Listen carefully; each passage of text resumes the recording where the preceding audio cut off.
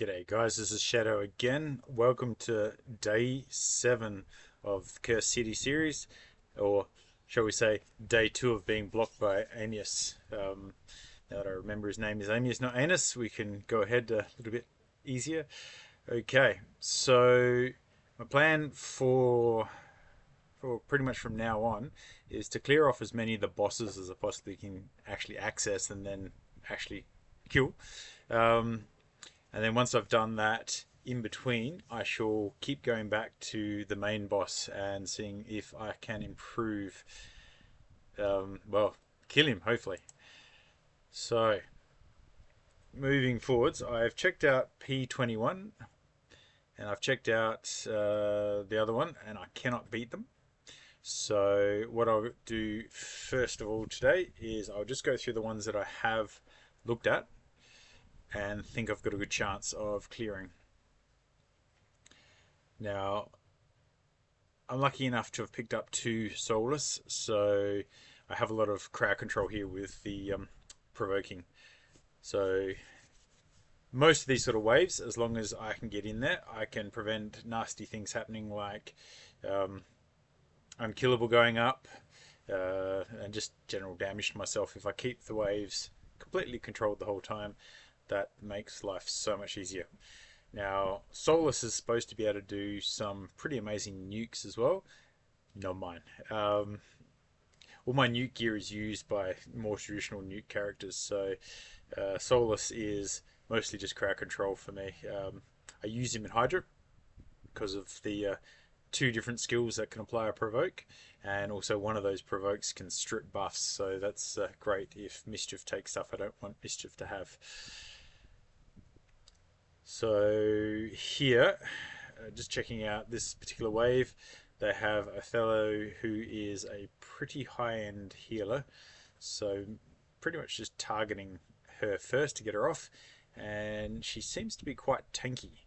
So if you come into this particular level, bring someone who can actually do damage and damage fast, because if she gets in there and starts healing, I think it's pretty much game over for that round. It's just going to go on forever.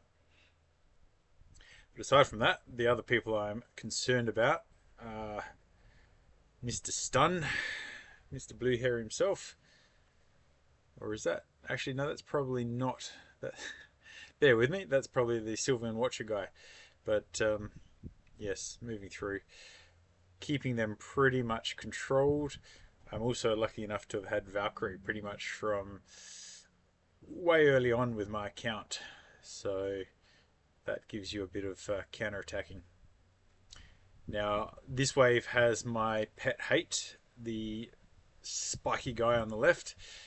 Face him in Doom Tower and bring in a selection of nukers and watch your nukers die, because he just reflects so much damage that, yeah, ruins your day. And of course, we've got Brachus, who you just got to be aware of when you kill him. He'll pop up and get a free attack. But yeah, this looks like another stage where they're not really built to give you too much of trouble. There's a couple of them that I've hit where, yeah, they will just take you out. But this particular stage, I mean, like P18 and P21, they were nasty stages. These ones, not, well, actually P25.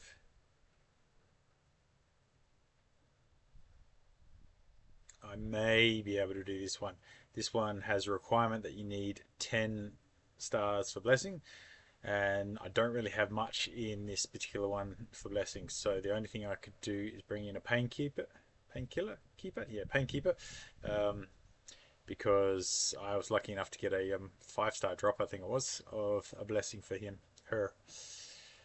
Totally confused, not a good day. Yeah, so this is looking like it might be, I don't want to speak too soon, but might be a pretty easy run, because I've got a lot of sort of crowd control going on with Mithrala. Applying the Hex here, as soon as they take a shot, that will petrify them, which it slows down your ability to kill them, but it keeps you pretty safe. And I think I spoke too soon. My Painkeeper is actually doing a fair bit of damage. I have built her ready to use in a new clan boss team that I haven't actually done a dry run for yet. So she has reasonably good gear, and of course the high blessing. Okay, back up we go with the Hex. I killed that particular one first because she has the skill that puts up revive on death, which can be very annoying. Venom Mage and Croc. I actually like, I don't know if anyone's noticed, but Croc's animation on his attack, you won't get to see it this time, but it's pretty impressive. It's like green poison lava or something. Look at that, I have unlocked another candle, so that means I have 500 energy, which is great because we have a dungeon diver on right at the moment, and I finished Ice Golem and I barely even dented it, which is usually the case. So yeah, P18 is beyond me, so give it a go. But yeah, Deliana and Mr. Ally Attack are the only ones really that I've got built here. Timid, I just pulled the other day for the Tormund champion chase. He is totally naked, so I don't expect this run to go anywhere. So this will be a aborted one just for reference for later. I expect to get wiped here on the first sort of stage, or round, shall we say. Yeah, not good, not good. So I mean, my Deliana is reasonably good, and if I had chosen the right skills in the right order, I may be able to push through this. But yeah, it's not happening now. So we'll just pretend this one didn't happen, and we'll move on and see. The only problem here is that top island. I'm pretty sure that I'm now blocked on every entrance to this top island. Every single stage that allows you to get across, I can't beat. So that's not good. Luckily, there's no key in that top island. But next rotation, there might be. So fingers crossed. Okay, so the P15 is one of the nicer levels as far as selection. Now, Magna does a lot of damage, but I'm bringing in Drang who burns, and Drang negates Magna's damage, so I won't use Magna. Could have not used Drang. I could have just used Magna instead. But Drang brings the ability to not only burn and explode burns, but he can level your hit points, which is always good when you start getting too much damage. Now they got a Valkyrie, so that'll be my focus. Try and get her down, even wasting that skill. Yep, got her. Get her down before she spreaded a usually pretty amazing shield and counterattack across the entire team. Okay, poison's up. They've got a lot of heals going on there, so this may take a while. And the annoying thing here is we have a unkillable put up. Now, the problem with that is I've got Nut on my team, and Nut turn controls. So, like when you use Allure in some of the finite levels, where you can kill the entire wave except for one hero, and they'll put up the unkillable, and they'll never get a turn again. So the idea here, luckily with Nut, he's got a couple of other turns, is to use skills that don't turn control and just hope this guy gets a shot. And there we go. Because otherwise, I would have been in a fair bit of trouble. That run could have gone on for hours. So moving forwards.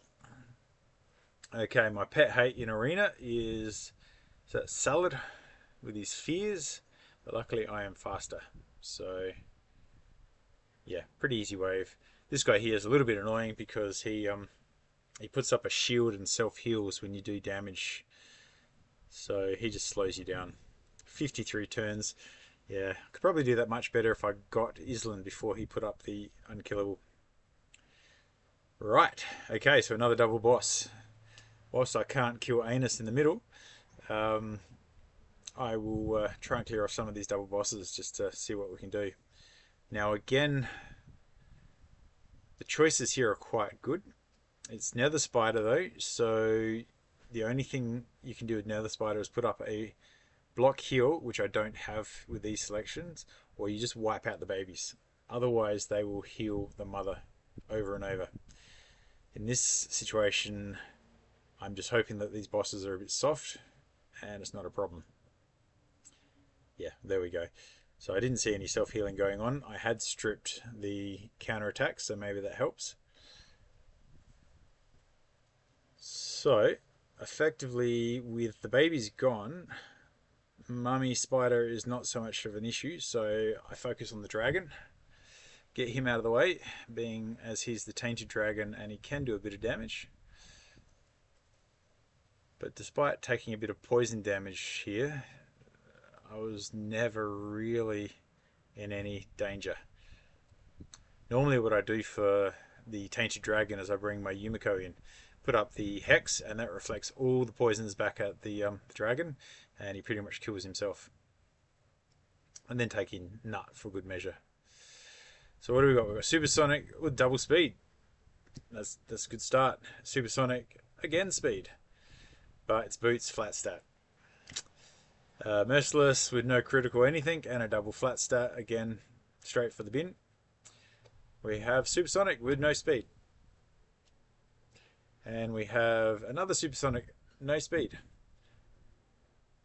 and Supersonic again, no speed. So yeah, really, to be honest, 90% of what I've had drop from Curse City, if there wasn't ores, that would be binned straight away. And even with ores, it's debatable whether or not I should waste the ores, and because hopefully we get enough drops of these moving forwards as this rotation goes through, that is, the ores are probably worth more than the gear.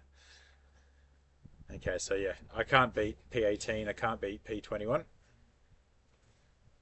so I can't get to that island. And I can't beat the duo boss down the bottom because I just don't have the champions. So my only hope here is to cross the bridge from the left side. So yeah, I did a dry run at this one, and yeah, I think a Heres is required here just to give myself a little bit more speed and to clear off. I think I got hit with a whole bunch of nasty debuffs from the enemies on this wave. Wave 2, pointy nose guy and the little shadowy guy on the left just wiped my team. I was looking good, and then they just destroyed me when I gave this one a try run. Mordecai puts on a AoE burn, which is not nice, but at the same time it's not end of the world. And boom, bang, bang, bang, bang. Now Heres will remove one buff from all and usually speed you up, but I've got the block buffs placed on me as well, so that doesn't help. Okay, so this is stalling a little bit. My allure, because I didn't have Seer to start with, my allure is actually built as a damage dealer because I needed it for Fire Knight to actually get through the waves. So she's all in Savage gear, so she can actually hit quite hard, which is not usually what people do with allures. Okay, I don't like that guy because he puts up unkillable like that. Oh, but he had a shot straight away and did nothing. Okay, so that was pretty straightforward. D9 done, 19. Okay. Yeah. This one might be interesting. So I'm really bringing in a lot of safety here. Most of these guys here are just used for healing, debuffing, whatever. So I've got Husk, who is my Hydra guy. He can stun and provoke, so that's great. Got Deacon, who is my Clan Boss and Dark Fae guy. Well, I've got two of them. One's built for Dark Fey one's built for Clan Boss. And he turn controls and reduces defense. I got Vogoth in there because he's just an absolute tank. He keeps the team alive. I brought in the old monk, Gorgoroth, just because he brings AoE heal, just in case I need it. He also brings increased attack, but for these sort of waves, it's adding an extra turn that probably doesn't need to be taken. And Farrakhan, I think it is. No, not Farrakhan. Anyway, the dude that kills and you can't revive. This guy. Um, he just does a fair bit of damage. I've managed to get a decent blessing on him. One day I'm gonna have to like script these things and actually bring the names of these characters. I blame dyslexia here. Just names are just not my thing. He's the dude that hits. So yeah, he does a bit of damage and he blocks Rise. So he can be good for some of the bosses that have side ads that keep popping back up. Okay, now this is a fairly tanky wave. You've got a Provoker that reflects damage. You've got the Pig that actually like mitigates the damage, and then you've got, is that Cleopatra, the birdie that can do a bit of damage. But again, what I've got here with Vogoth is pretty much a tanky team as a result. Most of the damage will be done by He Who Shall Not Be Named and Husk. I'll have to look him up. That's pretty sad. I don't really use him. This is the problem with the Cursed City. You're pulling out characters out of the vault that you just don't use. So the names just, they're not on the tip of the tongue. Okay, so that's pretty straightforward. Again, pretty high turn count though, because I brought so much safety with me. Then Fenax, there we go, Fenax, there's his name. I'll forget that in 3 seconds. Okay, so now we've got the Tainted Hellraiser.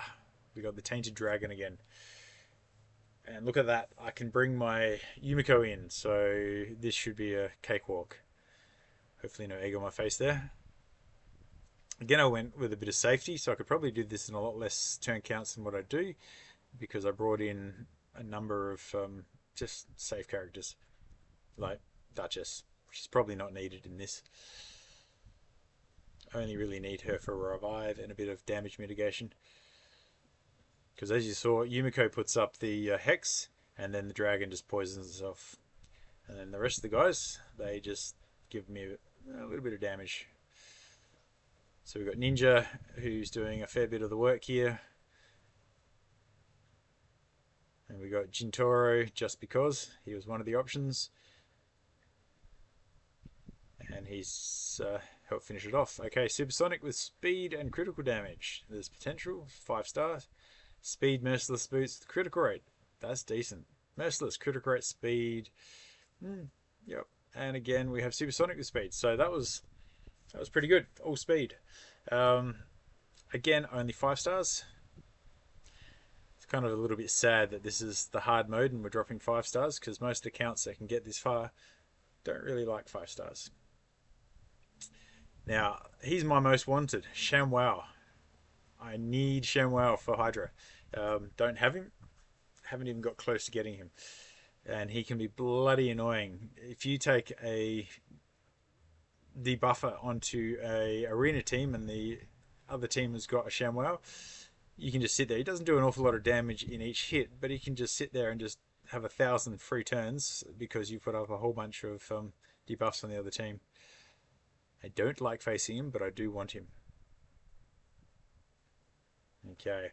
Again, I've played it quite safe here. I've got Demitha on this team, and really all she's doing is giving a 1-turn unkillable, which is great for Clan Boss. She does do a little bit of healing, and she does reduce debuffs by 1 turn. And mine is actually built to do a bit of damage because I use her in Clan Boss. So she actually hits harder than what you think a Demitha should. Okay. Now, this is actually quite a nasty wave, this one. You've got a Trunder, you've got a Herndig, you've got Nut, you've got a Mountain King. So all of these can hit very hard. So Demetha is actually probably a good thing to have brought. And you've got Fiji, I don't know, I can't name her. The other little dwarf that's at the front left, next to Herndig. Yeah, so okay, these guys are doing a bit of damage, as you would expect. I'm going to avoid Nut at the moment because he has a counter. I don't want to get my team frozen, so I'll deal with everybody else. There we go, Demetha doing her thing. Okay, I have a unkillable up at the moment there, so not as afraid of Nut as I normally would be. But as you saw, I just got frozen. But yes, this should be okay. Unfortunately, I brought Rector in and she has not got through a cooldown yet to revive. And I kind of wanted to face each new wave with a full team, but oh well. And here is our ShamWow. So let's see what he does. I'll try and avoid hitting him with anything because he just gets so many free shands. But even when you hit his team, he does much the same. So an Abbess. Okay. Oh, geez, I just lost everybody. Who did that? Okay, great. I don't even know who did that. Might have been Abbess. My Abbess does not hit that hard. Okay, lucky I brought Rector in because she is an absolute tank. She only does a single target revive, which is not the best. I mostly use her in Hydra for her Veil because of the Head of Fear. But she also brings heals, which are great, the Veil, and a single target revive, which I really needed. An AoE revive would have been better. Okay, so there you go. I've used up all my keys. And it looks like I couldn't have gone any further anyway, because I just don't have anyone there. I mean, I'm sitting in front of what you needed to see, but I'm blocked. I am literally blocked from this island. So, there we go. I will be trying, when I can get the time, to take out Amius. He's right in the center, and he shits on you. So it's aptly named Amius, even though I realise it's an M, not an N. He remains Amius in my mind until I beat him. So yes, guys, I will do my best to try and create a team to take him down, but could be days, maybe weeks.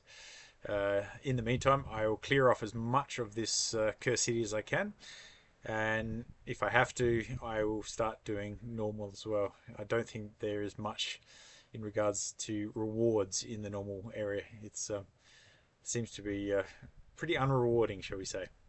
Anyway, that's the end of day 7. Thanks, guys.